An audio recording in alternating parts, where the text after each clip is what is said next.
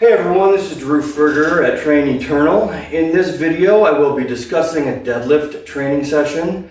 The primary objective today is to accomplish a 455-pound deadlift. Here we go, directly into the top weight of the day, 455. That was frustrating, but it's alright because I'm pretty sure that didn't move as it was supposed to just because I was carrying too much fatigue. I need to manage the fatigue better. That's the biggest obstacle I face right now, is managing fatigue so that I can lift the weights I want. So that top deadlift set did not go as scheduled. I was supposed to smoke that 455 and then drop down to 90% of 455 for another single. Neither of those things happened today. I was supposed to follow the deadlift up with the RDL, accomplishing a set of 10 at 325 and then a back down set of 10 at 90% of 325, and I just omitted the RDL today.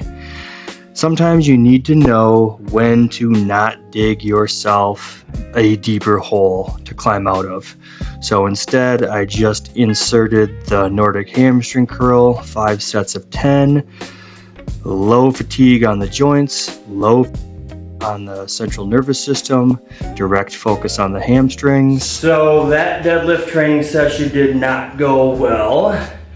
Apparently my entire posterior chain was still toasted from the training from Tuesday. Today's Friday, which I should have known going into this today, because even last night my hamstrings, glutes, lats, and traps were still super sore and swollen and far from recovered from the training on Tuesday and the accumulation of training Monday, Tuesday, and Wednesday.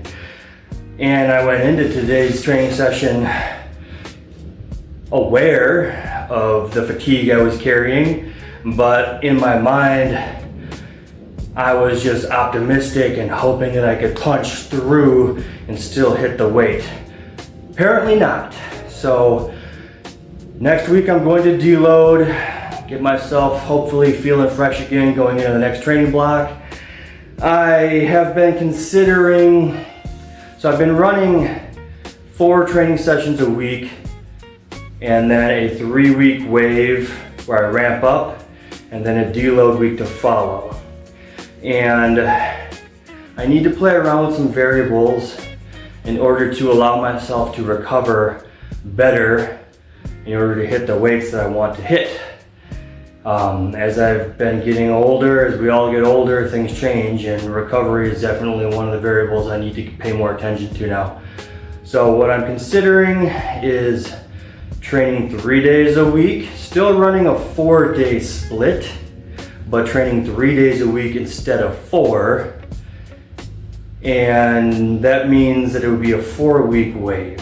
So it would take me 4 weeks to accomplish the same amount of work that it was previously taking me 3 weeks to accomplish. And the objective behind doing that would be to put in more rest, more recovery, to let the muscular system recover and let the nervous system recover so that I can hit the weights that I want to hit. So that's one scenario I've been playing with. Another thing that I've been considering is the bent over row is definitely an exercise that builds up the entire posterior chain, no doubt. But if I can't recover from my bent over row training in order to hit the deadlift numbers I want, then it becomes counterproductive. I'm pretty good at the bent over row, so I can lift quite a bit of weight with that exercise and put a significant amount of stress on my entire body, the joints, the muscles, the nervous system. And since I can do that, it makes it harder to recover for the deadlift training, the deadlift numbers that I want to hit. So I need to be honest with myself and think, am I doing the bent over row because I like to do the bent over row and I like to hit those big numbers? Yes, that's true, but I should be using the bent over row as an exercise to help build the deadlift. And if the bent over row is becoming detrimental to the deadlift progress, then I need to adjust something with the bent over row. So I'm gonna spend some time considering my options over the next week or so before I go into the next training block, and I'll put together something that I believe will be more productive for me. So come along for the ride. I'll be sure to share it with you when I put it together.